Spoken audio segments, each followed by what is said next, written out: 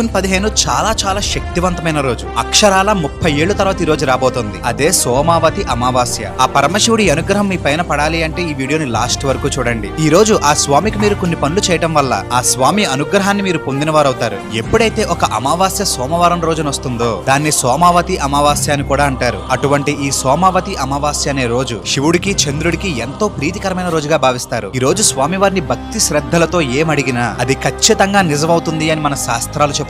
ఈ రోజు ఈ విశ్వమంతా ఆ స్వామి నిండిపోయి ఉంటారు. మీ మనసులో నిజంగా ఆయన మీద భక్తి ఉంటే మీరు ఎటు చూసినా ఆయనే కనిపిస్తారు. ఈ రోజు తప్పకుండా ఆ స్వామి వారికి ఈ 3 పనులు చేయండి. మీ జీవితంలో మంచి జరగడం, మలుపులు తిరగడం ఖాయం. ఇవే ఆ పనులు. ఉదయాన్నే బ్రహ్మ ముహూర్తాన లెగిసి మీరు స్నానం చేసే నీళ్లలో కొద్దిగా గంగాజలాన్ని వేసుకుని తల స్నానం చేయండి. ఇది మీలో ఉన్న నెగిటివ్ ఎనర్జీని దూరం చేస్తుంది. శివాలయానికి వెళ్లి పాలు నీళ్లతో స్వామివారికి అభిషేకం చేయండి. స్వామివారి సన్నిధిలో కూర్చుని 108 సార్లు ఓం నమ శివాయ అనే పంచాక్షరి మంత్రాన్ని జపించండి. ఆ రోజు నలుగురికి అన్నదానం